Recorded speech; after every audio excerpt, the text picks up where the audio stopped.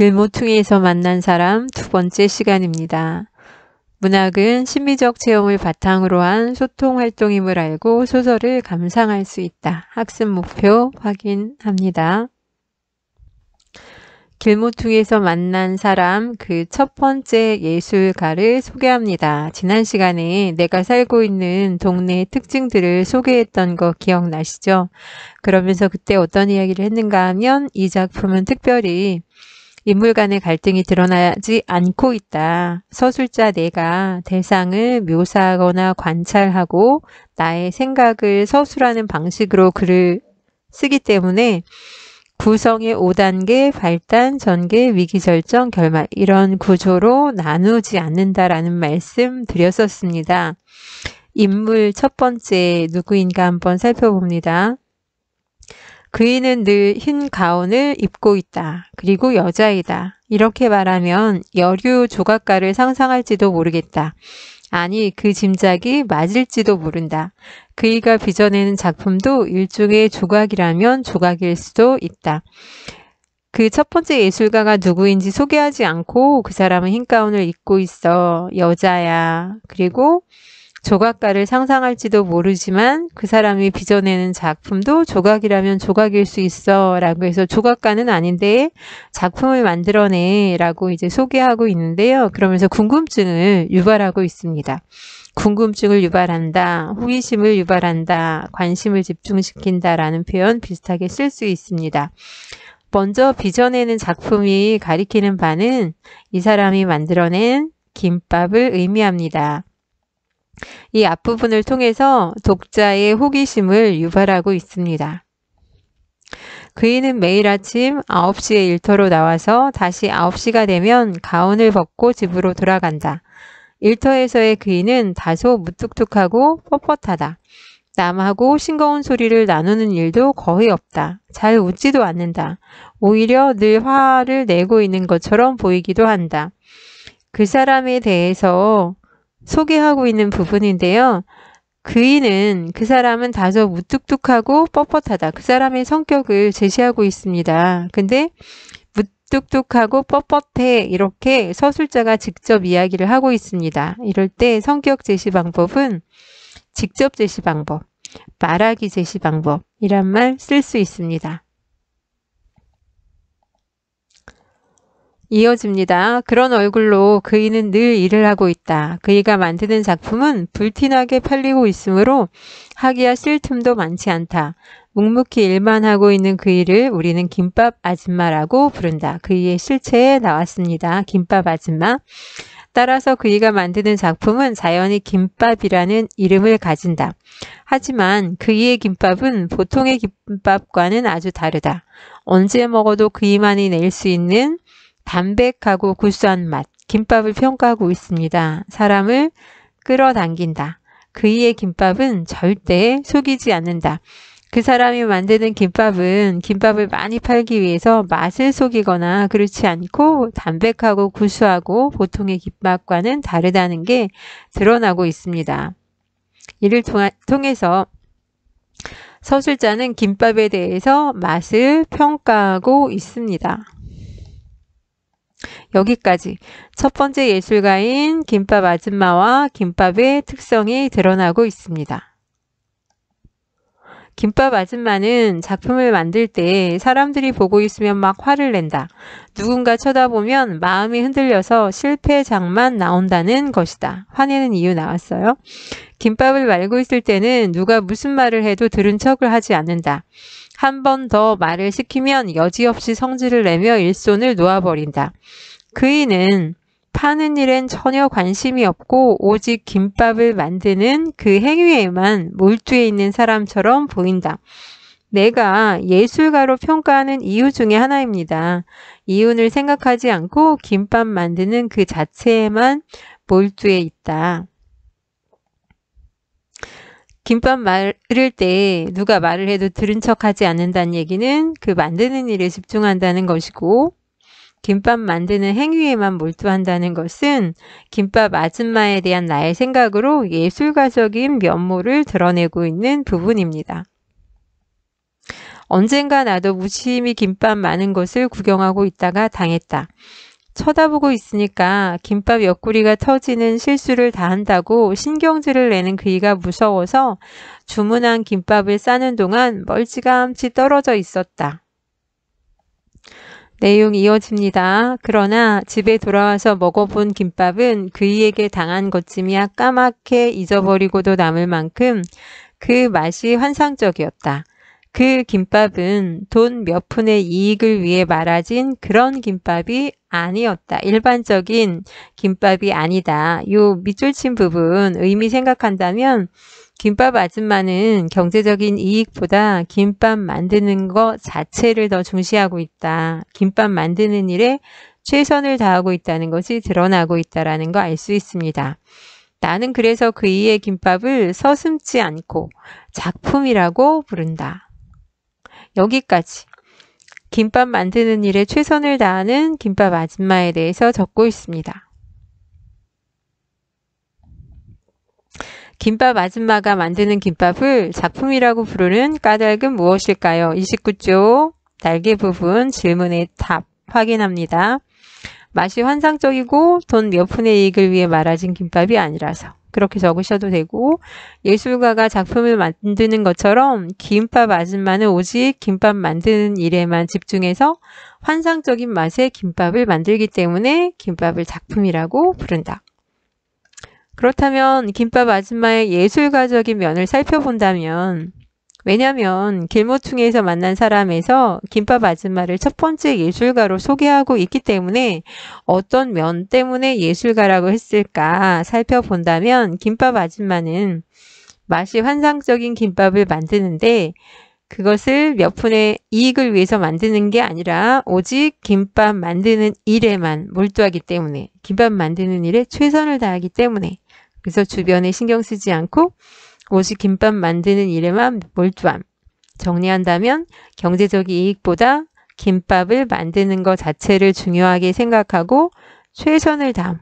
그리고 이제 아주 좋은 작품을 또 만들어내고요. 길모퉁이에서 만난 사람, 이제 그 두 번째 예술가를 만나봅니다. 그는 이제 막 50고개를 넘은 남자이다. 두 번째 남자를 소개하는데 50이 넘었다.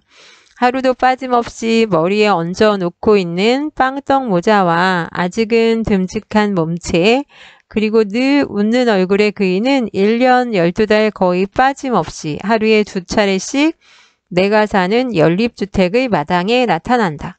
이를 통해서 알 수 있는 이 사람의 성격은 성실한 성격.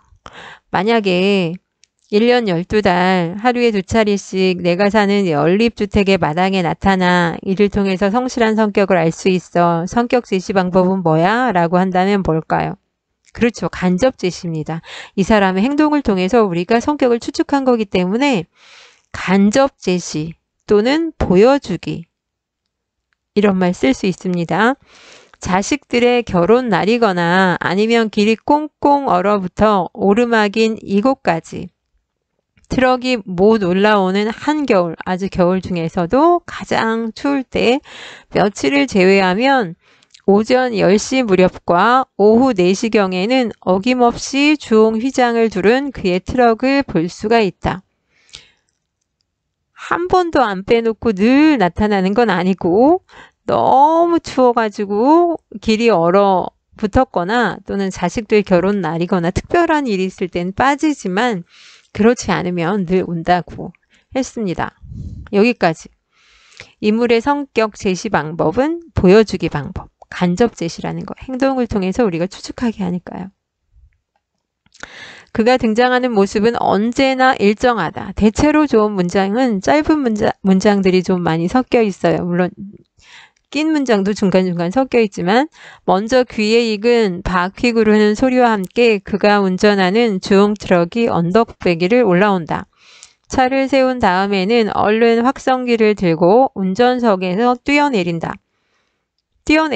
이거 시제는 현재 시제예요. 현재 시제를 많이 쓰면 마치 지금 일어나는 것 같은 현실감, 현장감, 생생함이 드러난다라는 표현 쓸 수 있습니다. 빵떡 모자를 쓴 그는 확성기에 대고 자신이 심혈을 기울여 골라온 물건의 이름을 하나하나 부른다, 내린다, 부른다. 이거 다 현재 시제로 쓰고 있다는 거 알 수 있습니다. 양파나 버섯 있어요. 싱싱한 오이와 배추도 있어요. 엄청 달고 맛있는 복숭아나 포도 있어요. 이 두 번째 예술가의 정체가 뭔지 아시겠죠? 두 번째 예술가의 정체. 채소와 과일 파는 빵떡 모자 아저씨라는 게 이제 드러났습니다. 그 다음엔 그를 기다리고 있던 이웃들이 하나씩 둘씩 모여드는 것이다. 언덕배기를 내려가서 또 버스를 타고 가야 이웃 동네의 시장이 나오는지라 이 아저씨를 기다리는 이유가 나왔습니다. 시장이 좀 멀리 있다. 이웃들은 대부분 그에게서 필요한 먹거리들을 사고 있다. 게다가 더군다나 시장이 멀어서 그 야채와 과일 파는 빵떡 아저씨에게서 사는데 또 이유가 하나 더 있어요. 뜨내기 행상 트럭도 아니고 고정적으로 드나드는 단골인지라 그 아저씨가 늘 하루에 2번씩 오는 단골이라서 물건만큼은 믿고 사도 좋았다. 무슨 말인지 아시죠?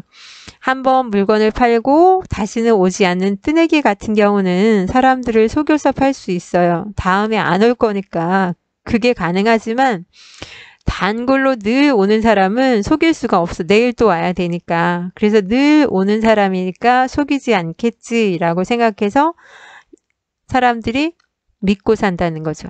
시장은 멀고 이 아저씨는 늘 단골로 오고 그래서 이 아저씨를 기다렸다가 먹거리를 산다라는 게 나왔습니다. 하기야 그에게는 자신의 트럭 안에 있는 온갖 야채와 과일이 국내 최고라는 자신이 차고도 넘친다. 이 아저씨는 자기 야채와 과일에 대한 자부심이 넘친다. 최고의 품질만을 고집하고 있다는 장사에 대한 그의 소신은 실제 있어서도 과히 틀린 바는 없다. 맞다고. 그는 오이 하나를 사는 손님일지라도 이 오이의 산지는 어디이고 도매 가격은 또 얼마나 높은 최상품인가를 일일이 설명하느라고 늘 입이 쉴 새가 없다. 물건 자랑하느냐고 쉴 새가 없다. 밑줄 친 부분, 자기께 최고라고 생각하는 자신이 넘친다라는 부분을 통해서 빵떡모자 아저씨의 물건에 대한 자부심이 드러나고 야채 장수의 예술가적인 면모가 드러남. 자기 것에 대한 어떤 자부심. 그리고 자기 물건에 아주 최선을 다하려는 그 면모가 드러나기 때문에 야채 장수의 예술가적인 면모라고 할 수 있습니다. 그뿐이 아니다. 지난번에 사간 고구마가 과연 꿀맛이었는지 엊그제 사간 배추로 담근 김치가 연하고 사근사근한지도 고객들한테 끊임없이 확인한다. 그런 과정에서 행여 혹여 고객의 불만이 포착되기라도 하면 그는 아예 장사고 뭐고 없이 그것의 규명에만 왜 불만이 있는지 이유를 밝히는 데만 매달린다. 그 고구마가 달지 않은 것은 삶는 방법에 문제가 있었는지 아니면 그런 고구마를 도매시장에서 떼온 자신의 안목이 모자라서였는지를 속 시원하게 판가름하지 않으면 직성이 안 풀리는 사람이 바로 주홍 트럭의 주인인 빵떡모자 아저씨인 것이다. 그래서 불만이 있으면 원인 규명에 몰두한다 라고 해서 자기 일에 대한, 자기가 파는 과일에 대한 또는 야채에 대한 책임을 다하려는 태도가 드러나고 있다고 볼 수 있습니다. 여기까지 두 번째 예술가 빵떡모자 아저씨에 대해서 소개하고 있습니다. 그는 자신이 파는 물건이 최고라는 소리를 듣기 위해서 트럭 행상을 하는 사람처럼 보인다. 손님이 없을 때는 늘 자신의 물건을 정리하고 다듬는 일에 몰두해 있는 사람이고 호박 한 개를 집을 때도 두 손으로 조심조심 그것을 받들어 올린다.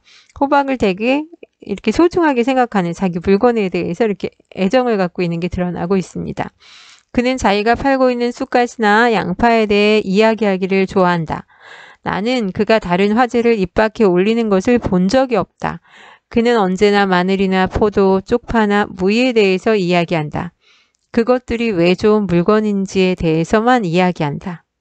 가령 이런 식이다 라고 했는데 호박을 조심조심 들어 올리는 것을 통해서 애정이 드러나고 그는 자신이 파는 물건이 최고라는 소리를 듣기 위해 행상한 사람처럼 보인다. 얘기는 이제 나의 생각이 드러나고 있습니다.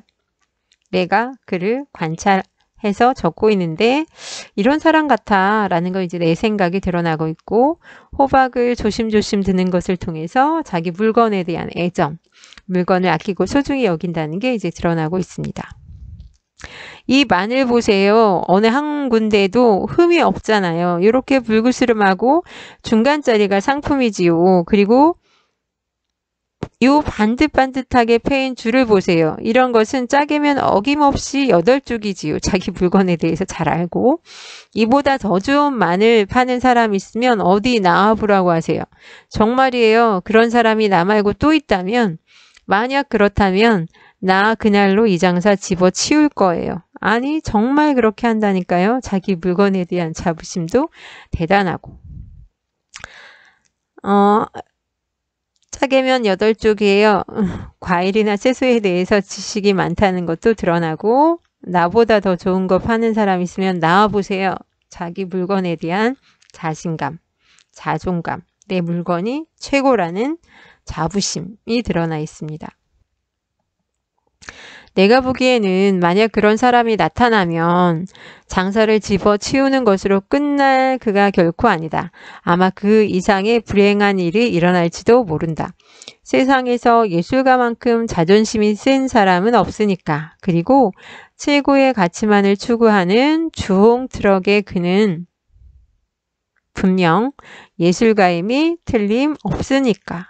자존심이 아주 강한 인물이라고 소개하고 있습니다. 빵떡모자 아저씨는 자신이 파는 물건이 최고라는 자부심을 갖고 있기 때문에 예술가다 라고 소개하고 있습니다. 빵떡모자 아저씨가 자신이 파는 물건에 관해 이야기하기를 좋아하는 이유는 무엇일까요? 31쪽 날개 질문입니다. 자신이 파는 물건이 최고라는 자부심이 있기 때문에 자신이 파는 물건에 관해 이야기하기를 좋아함. 또는 자신이 파는 물건에 대한 애정이 있어서 자신이 파는 물건이 최고라는 것을 말하기 위해서 늘 자기 물건에 관해서 이야기한다. 둘 중에 하나만 기록해 두셔도 됩니다.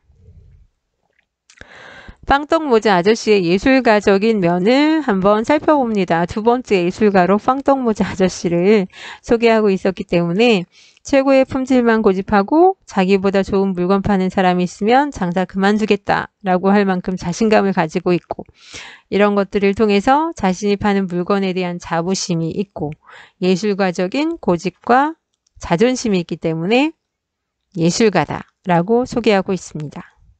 그렇다면 김밥 아줌마와 빵떡모자 아저씨의 공통점을 살펴본다면 자기 일에 열정적으로 최선을 다하고 있고 이를 통해서 예술가적인 면모를 지니고 있다고 할 수 있다. 자기 일에 최선을 다하고 있다. 이 측면에서 공통점이라고 할 수 있습니다. 길모퉁이에서 만난 사람 세 번째 인물 김대호의 김대호 씨. 김대호 씨는 느리고 길다. 김대호 씨에 대해서 소개했습니다. 그를 아는 사람이라면 나의 이 간결한 인물 묘사에 대해 단숨에 동의할 것이다. 나는 그것을 믿는다. 왜냐하면 그처럼 길고 느린 사람은 아직까지 만나본 적이 없으니까. 김대호 씨는 도대체가 빠릿빠릿한 구석이 전혀 없다. 아무리 급한 일이 생겨도 김대호 씨 특유의 느릿느릿한 걸음에 속력이 붙는 것을 기대할 수 없다. 거기에 대해서 그는 아주 그럴싸한 이유를 가지고 있다. 그랬는데 김대호 씨는 느리고 길다. 김대호 씨에 대한 나의 생각을 단적으로 표현한 문장입니다. 그래봤자 마찬가지니까요. 저는 다리가 길잖아요. 남들 두어 걸음 걸을 때 한 발자국만 옮기면 되는데 뭐 하려고 귀찮게 뛰고 그런데요. 늘 느릿느릿 걸으면서 이유를 이렇게 제시하고 있습니다. 느긋하고 낙천적인 김대호 씨의 성격을 짐작할 수 있는 부분. 말을 통해서 이 사람이 되게 느긋하고 낙천적이구나 라는 거 알 수 있다면 여기도 당연히 성격 제시 방법은 간접 제시, 보여주기라는 거 또는 비슷한 말로 극적 제시라는 말을 쓰기도 합니다. 그의 말도 틀린 것은 아니다. 그는 자그마치 1m 86cm의 키를 가지고 있으니 키도 크고 보폭도 그만큼 넓은 게 사실이다. 김대호 씨는 하도 길어서 어지간한 사람은 그하고 이야기하다 보면 목 부근의 통증을 느끼기 십상이다. 키가 크다 보니 신체의 여러 부분도 남들보다 유별나게 길다. 얼굴도 길고 코도 길고 손가락도 길다. 김대호 씨는 팔도 길어서 남들은 옆 책상에서 무엇을 집어오려면 일어나야 하는데도 그는 앉은 채 팔만 뻗으면 대부분 가능하다. 그뿐만 아니라 김대호 씨는 말도 느릿느릿 말꼬리를 길게 빼는 버릇이 있다. 계속해서 김대호 씨의 특징 소개하고 있습니다. 성질 급한 누구는 김대호 씨의 말을 듣다 답답해서 혈압이 올랐다는 소문도 있고 실제로 어떤 친구는 한숨씩 자고 일어나서 들어도 김대호 씨의 말을 이해하는 데는 아무런 지장이 없더라는 실험 보고까지 하고 있는 실정이다. 과장법이죠. 진짜 이렇다는 게 아니라 그만큼 김대호 씨가 느리다는 걸 과장해서 표현하고 있습니다. 느리고 긴 김대호 씨의 특징. 그는 자신이 길다는 것을 아주 잘한다. 그래서 하루에도 몇 번씩 제가 긴데요? 라고 말하는지도 모른다. 제가 긴데요? 라는 얘기는 제가 그 사람인데요? 뜻인데 이 사람이 키도 크고 길쭉길쭉하다, 길다라는 의미하고 지금 맥이 통하는 약간 중의적인 표현이죠. 제가 길어요. 원래 길어요. 이런 의미의 긴데요도 되지만 제가 바로 그 사람이에요. 기어 아니요 할 때 긴데요 라고 생각하시면 됩니다. 긴데요 라고 말하는지도 모른다. 정말이다. 그는 늘 이렇게 제가 긴데요 이렇게 말한다. 전화벨이 울린다. 김대호 씨가 전화를 받는다. 계속 현재형 시제를 사용하고 있습니다. 그러면 사무실 내의 모든 눈이 그에게 쏠린다. 전화를 건 사람은 아마도 김대호 씨를 바꿔달라고 하는 모양이다. 그러면 그는 그 특유의 느릿느릿한 말투로 이렇게 말한다. 제가 긴데요. 제가 그 사람인데요. 제가 그 김대호인데요. 이 소리. 제가 그 사람이에요. 그러면 모두들 웃음을 참지 못하고 킥킥거리지 않을 수 없는 것이다. 킥킥거린다. 행여라도 전화를 건 상대방이 못 알아듣고 다시 묻기라도 하면 이번엔 더욱 느린 박자로 또박또박 대답을 해준다. 제가 긴데요. 그래서 김대호 씨를 사람들은 아예 긴대요라고 부른다. 그의 별명은 김대호 씨가 속한 사무실만이 아니라 회사 전체에 널리 퍼져 있어서 언제부턴가는 아무도 그의 진짜 이름을 부르지 않게 되어버렸다. 긴대요라는 별명을 가진 김대호 씨. 왜 긴대요라는 별명이 붙었는지 나왔습니다. 전화 받으면 항상 제가 긴대요 라고 대답을 하다 보니까 김대호를 김대호라고 부르지 않고 긴대호 씨라고 부른다고. 물론 그를 별명으로 부르는데 어떤 악의가 있는 것은 결코 아니었다. 오히려 그렇게 스스럼 없이 별명이 통하는 것만 보아도 김대호 씨의 대인관계가 아주 원만한 편이라는 것을 능히 짐작할 수 있다. 사실로 그는 키가 큰 만큼 이해의 길이도 길고 느리고 낙천적인 만큼 주위 사람들을 편하게 해주는 품성을 지니고 있었다. 김대호의 대인관계는 원만한 편이다. 그래서 주변 사람들과 원만하게 지내고 있는 김대호 씨 알 수 있고 이해의 길이도 길다는 얘기는 이해심이 많다는 걸 이해의 길이도 길어 라고 표현하고 있습니다. 그의 미덕은 품성에만 있는 게 아니었다. 좀 느리기는 하지만 그는 맡은 일만큼은 빈틈없이 해내는 사람이었다. 덤벙거리지 않으니 실수도 없고 진득한 성격이라 잔꾀를 부릴 줄도 몰라 일에 하자를 내는 경우가 거의 없었다. 말하자면 사람들은 김대호 씨를 사랑하고 있는 셈이었다. 김대호 씨는 대인관계도 원만하고 이해심도 많고 이런 품성만 미덕이 아니라 맡은 일을 빈틈없이 완벽하게 해내는 장점도 갖고 있다고 소개하고 있습니다. 일처리가 완벽하다. 이를 통해서 김대호 씨는 대인관계가 원만하고 맡은 일을 빈틈없이 하는 인물이라는 게 이제 드러나고 있습니다. 대인관계가 원만하고 맡은 일을 빈틈없이 하는 김대호 씨. 적어놓고 가시면 됩니다. 그래서 그를 아끼는 몇몇 사람은 요즘 김대호 씨에게 이런 충고까지 하고 있었다. 김대호 씨, 장가를 가고 싶으면 우선 그 느린 말투부터 고쳐요. 아니, 제가 김대호 하는 전화 받는 말버릇부터 고치라고. 지난번에도 겨우 아가씨 하나 소개해 주었더니 김대호 때문에 어긋나고 말았잖아. 뭐라더라? 전화 받는 것만 보아도 얼마나 촌스러운 사람인지 당장 알겠다나? 그 느려 터진 말로 제가 김대호라니 그게 뭡니까? 그래가지고 뭐가 되겠습니까? 요즘 유행하는 누구의 말씨까지 흉내낸 그 충고는 노총각인 김대호 씨에게 상당한 설득력을 발휘한 모양이었다. 그는 아주 심각한 얼굴로 고개를 끄덕였다. 그러고는 혼자 웅얼웅얼 연습도 여러 번 했다. 천성이 느린 사람이라 그것도 연습이라고 며칠을 웅얼거리더니 마침내 어느 날 오늘부터는 김대호가 아니라 김대호로 돌아오겠다고 선언을 하기에 이르렀다. 제가 김대호입니다. 이렇게 답변을 하겠다는 소리인 거죠. 제가 김대호라는 말을 쓰지 않겠다. 제가 김대호 이렇게 안 하고 제가 김대호입니다. 이렇게 전화를 받겠다고 선언을 하기에 이르렀다. 그리고 그날 그를 찾는 첫 전화가 걸려왔다. 사무실 식구들은 모두 그의 입에서 터져 나올 세련된 말을 기대하며 귀를 모았다. 김대호 씨는 큰 기침을 하고 수화기를 들었다. 전화를 건 상대방은 아마 이렇게 물었다. 김대호 씨 좀 부탁합니다. 그러나 그는 많은 연습에도 불구하고 얼결에 이렇게 대답하고 말았다. 네, 제가 전데요. 물론 사무실 안은 당장의 웃음바다가 되었고 그 일로 김대호 씨는 김대호에서 이어 제가 전데요 라는 긴 별명까지 하나 더 가지게 되었다. 그는 그 한 번의 실패를 끝으로 더 이상 김대호를 고치려는 시도를 하지 않았다. 사무실 안이 웃음바다가 된 이유는 무엇일까요? 그렇죠. 예상하지 못했던 김대호 씨의 대답에 웃음이 터짐. 네, 제가 김대호입니다. 네, 제가 김대호인데요. 라는 대답이 나올 거라고 생각했는데 전혀 엉뚱하게 제가 전데요. 라는 말 때문에 웃음바다가 되었다. 에이, 저는 아무래도 김대호가 더 어울려요. 사실로도 저는 길잖아요. 한 번의 실패를 끝으로 이 사람은 그냥 김대호를 하기로 생각하고 있습니다. 그래서 자신의 별명을 편하게 받아들이고 순박하고 낙천적임.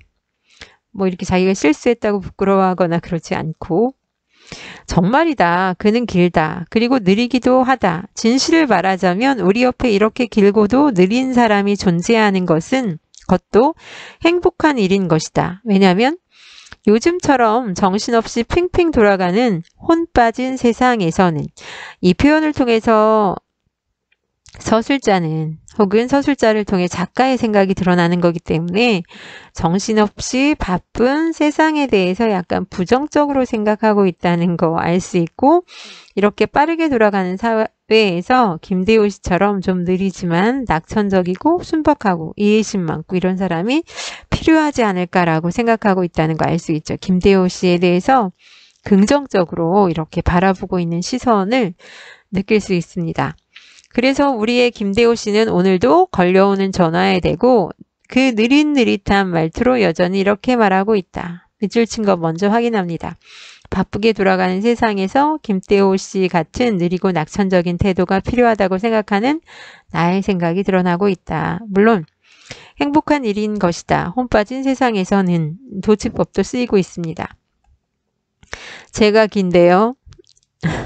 그래서 이 글을 통해서 느리지만 성실하게 살아가는 김대호 씨에 대해서 소개하고 있습니다. 김대호 씨는 어떤 품성을 지닌 사람인가요? 33쪽 날개에 대한 답변. 적으면 되죠. 이해심이 많고 낙천적이어서 주위 사람을 편하게 해주는 성격, 품성. 김대호 씨의 특징 다시 한번 정리해 봅니다. 신체적으로는 키가 크고 신체의 여러 부분도 남들보다 유별나게 길다. 성격과 일처리는 성격은 이해심이 많고 낙천적이어서 주변 사람들을 편하게 해준다. 일처리에 있어서는 좀 느리긴 하지만 빈틈없다. 김대우 씨에 대한 나의 생각 살펴봅니다. 이해심이 많고 주위 사람들을 편하게 해주는 품성을 지니고 조금 느리지만 일은 빈틈없이 해낸다. 긍정적으로 바라보고 있는데 이를 통해서 바쁘게 돌아가는 세상에서 성실한 김대우 씨가 존재하는 것은 행복한 일이다. 그래서 긍정적으로 애정을 가지고 대상을 바라보고 있는 나의 모습이 드러나고 있습니다. 김대우 씨에 대한 나의 평가에 공감하나요? 34쪽 날개는 여러분이 직접 씁니다. 공감한다. 왜냐하면 작가의 생각하고 비슷하게 쓰시면 되고 공감하지 않는다. 그럼 작가의 생각과 반대되는 견해를 적어 보시면 됩니다. 한쪽을 선택하셔서 쓰시기 바랍니다.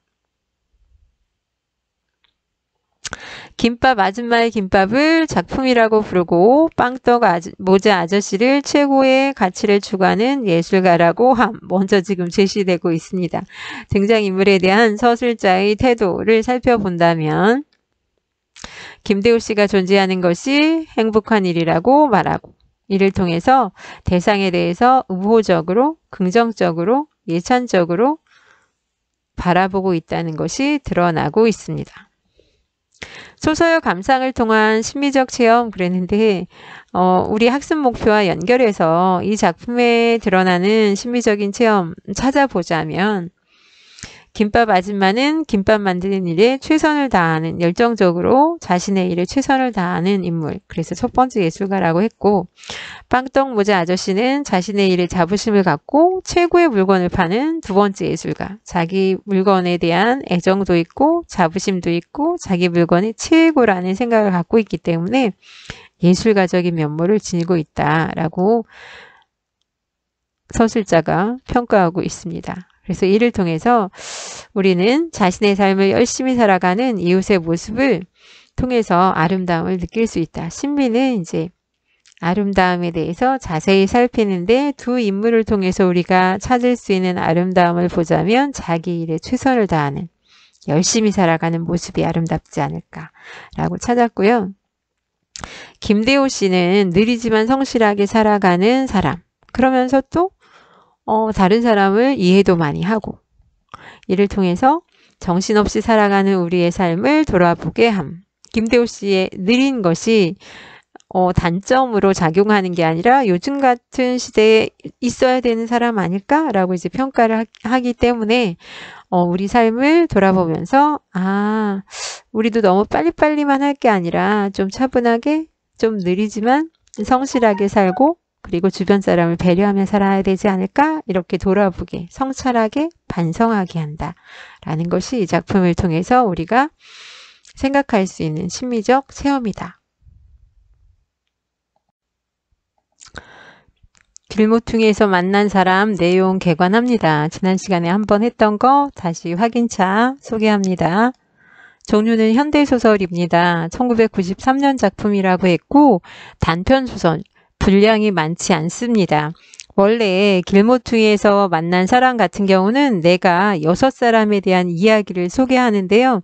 우리 교과서에 나와 있는 건 그 중에서 2번째, 3번째, 4번째 인물로 소개된 인물들을 제시하고 있습니다.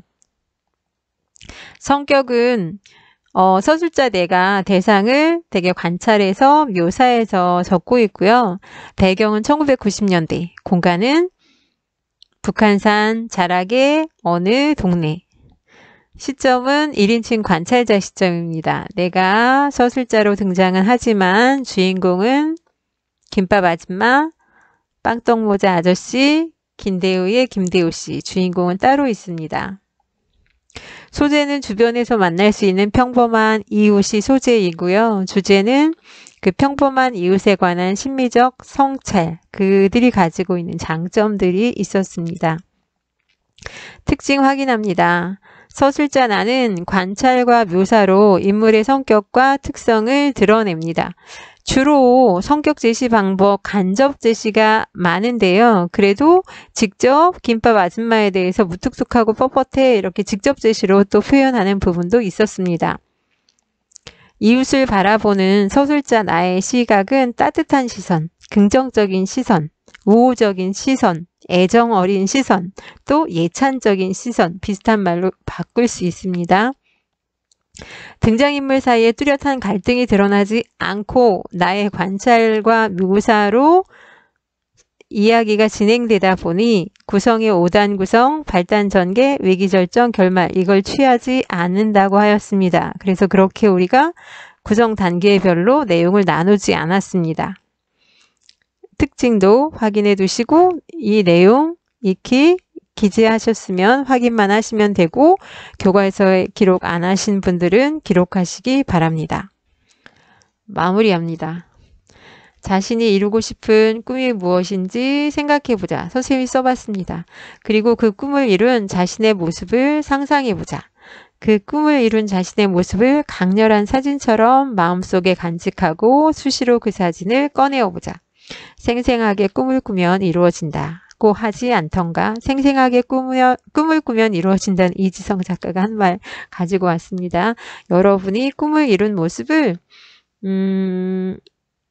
구체적으로 여러분들이 상상해보고 자주 그 모습을 떠올려 보시기 바랍니다. 고생하셨습니다.